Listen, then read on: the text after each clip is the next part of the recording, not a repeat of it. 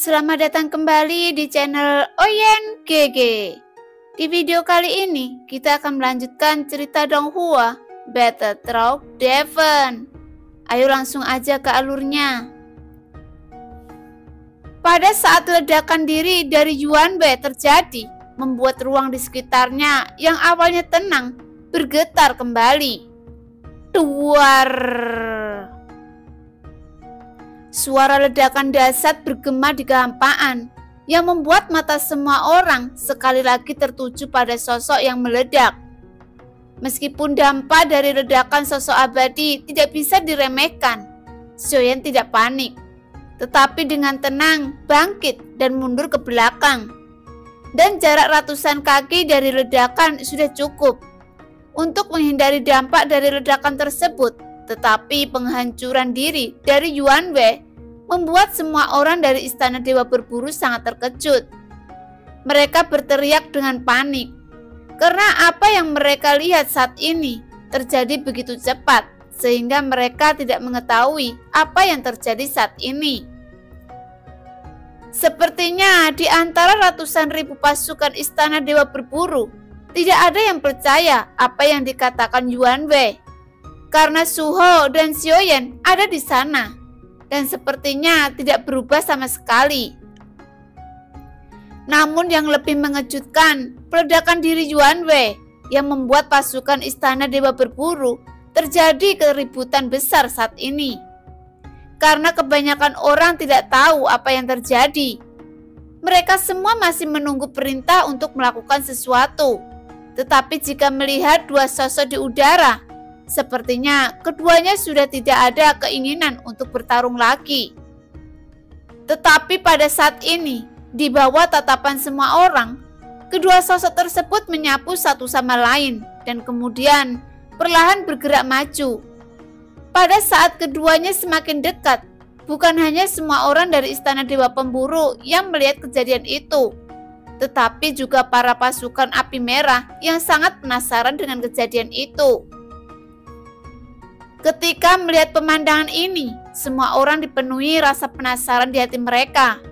Karena di antara kedua sosok tergantung di udara, ada perbedaan yang mencolok. Meskipun Suho adalah langkah keempat keabadian Kaisar, dan Xiaoyan yang baru saja menerobos keabadian Kaisar. Tetapi dalam segi aura yang dipancarkan keduanya sangat berbeda. Karena tidak hanya satu orang yang merasakannya, tetapi mata kebanyakan orang tertuju pada tubuh Xiaoyan yang tampaknya lebih kuat dari Suho. Karena kekuatan semacam ini tidak dapat terlihat oleh mata telanjang, tetapi dapat merasakan tekanan yang dipancarkan. Dan kekuatan represif itu adalah sejenis aura yang berasal dari dirinya sendiri. Di bawah tatapan semua orang, kedua sosok itu perlahan bersatu. Kedua sosok itu tumpang tindih seperti bayangan menjadi satu sosok yang membuat para pasukan Istana Dewa Berburu yang awalnya penuh kepanikan menjadi tenang saat ini. Mereka tidak tahu harus berbuat apa sekarang karena tidak ada perintah untuk bergerak. Namun setelah kedua sosok itu bergabung bersama, sosok Suho menghilang dan hanya tubuh Xiaoyan yang berdiri di udara. Kemudian melihat ke arah Yuanwei yang telah jatuh. Namun, untuk pasukan Istana Dewa Berburu yang tidak terlibat penghancur bintang batang surgawi, Xiaoyan tidak akan mempersulit mereka. Pada saat yang sama, Xiaoyan menggerakkan pikirannya untuk mengatur formasi awan pengubah langit. Dengan cepat, semua esensi darah abadi yang terkandung dalam formasi awan pengubah langit tersebar dan bergegas kembali ke arah tubuh para pasukan Istana Dewa Berburu. Tapi hal yang paling mengejutkan semua orang dari istana dewa berburu adalah Xiaoyan tidak banyak bicara omong kosong, karena di antara ratusan ribu sosok tersebut bukan berada di bawah komandonya, dan dia tidak membuat prestasi besar apapun. Tentu saja tidak ada artinya untuk terus membalas dendam untuk Wusan. Memikirkan hal ini, Xiaoyan berkata perlahan, "Saya telah membalaskan dendam Anda dengan istana dewa berburu. Saya harap Anda dapat melepaskan dan membiarkan pasukan lainnya yang tidak bersalah." Pada saat pasukan istana dewa berburu yang telah mendapatkan kembali esensi darah abadi mereka, sepertinya mereka mengetahui sesuatu saat Suho menghilang. Karena ketika melihat mata Xiaoyan, itu sudah cukup membuktikan segalanya.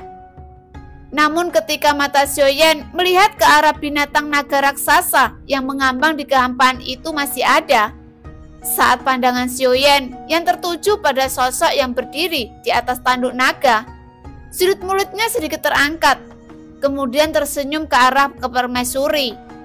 Namun ketika Xiaoyan bergegas ke arah permaisuri yang tampak terlihat sedang berdiri di atas tanduk naga, dia menemukan bahwa sosok permaisuri telah menghilang. Pada saat yang sama, Xiaoyan tersenyum kecut. Saat lengannya dipeluk oleh kelinci Pingyun yang sedang menangis, dia akhirnya sadar bahwa permaisuri yang dia cari telah menghilang.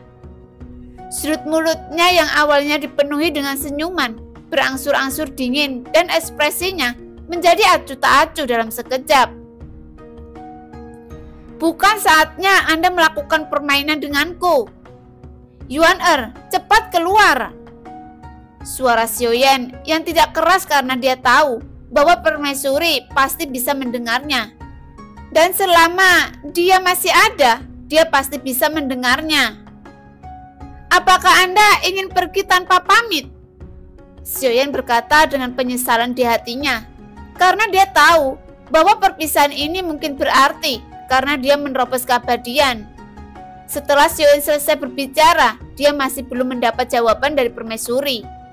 Tapi jika mengingat kekuatan permaisuri, bahkan jika dia berada di sampingnya, Xiaoyan tidak bisa merasakannya sama sekali. Jadi selama permaisuri tidak mau menunjukkan diri di depan Xiaoyan, dia tidak mungkin dapat menemukannya. Xiaoyan mengepalkan jari-jarinya dengan erat. Ada sedikit kemarahan di dalamnya. "Chen Xiyuan, apakah Anda dan Yang Mulia sama-sama tidak memiliki tanggung jawab? Cepat keluar, ada sesuatu yang ingin saya bicarakan." Xiaoyan berteriak dengan marah yang membuat suaranya bergema di kehampaan. Pada saat yang sama, ketika pasukan api merah mendengar apa yang dikatakan Xiaoyan, mereka merasa aneh melihat mereka tidak tahu mengapa Xiaoyan berteriak dengan marah di udara dan memanggil nama asli permaisuri. Semua orang menyadari bahwa dia sedang mencari permaisuri, dan permaisuri yang sebelumnya berdiri di atas tanduk naga menghilang tanpa seorang pun yang mengetahuinya. Mungkin saat itu permaisuri sengaja. Saat semua orang melihat pertempuran Xiaoyan dengan serius, pada saat inilah permaisuri diam-diam pergi. "Chen Xiyuan, Anda tidak bisa melakukan ini." Xiaoyan terus berkata dengan marah. Dia tidak ingin perpisahan seperti ini. Setidaknya dia masih ingin melihat permaisuri untuk terakhir kalinya.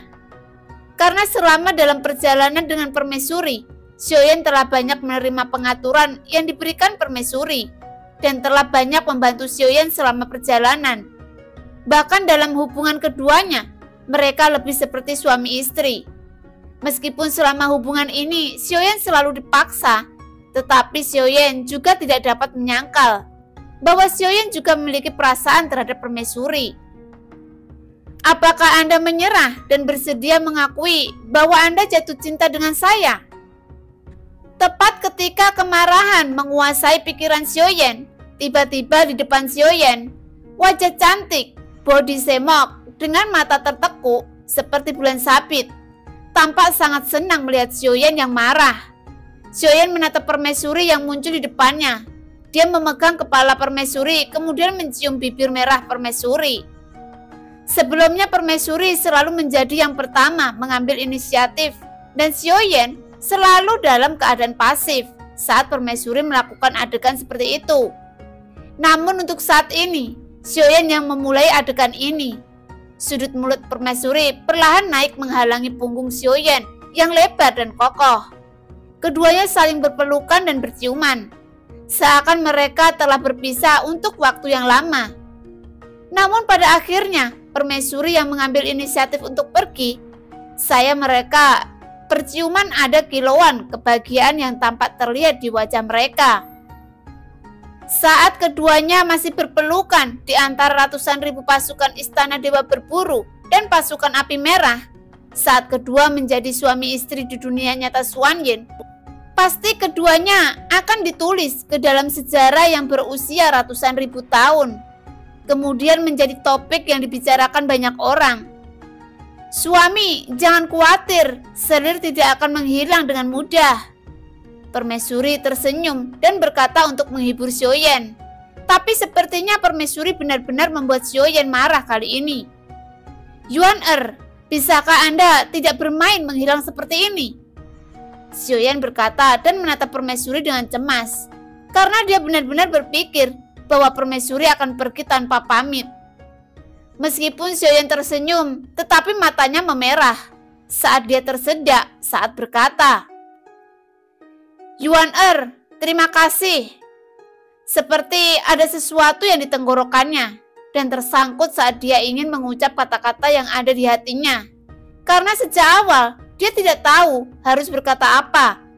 Meskipun hubungannya dengan permaisuri tidak bisa dijelaskan, tapi Xiaoyan yang benar-benar tidak tahu kapan dia jatuh cinta. Tidak perlu mengatakan itu. Kita memiliki hubungan seperti itu. Jadi kita telah menjadi suami istri hanya dalam 100 tahun. Jadi, ngomong-ngomong, saya bisa dianggap sebagai istrimu. Permaisuri tersenyum, main-main, lalu menggaruk kepalanya karena malu. Tapi permaisuri tampak terlihat bahagia.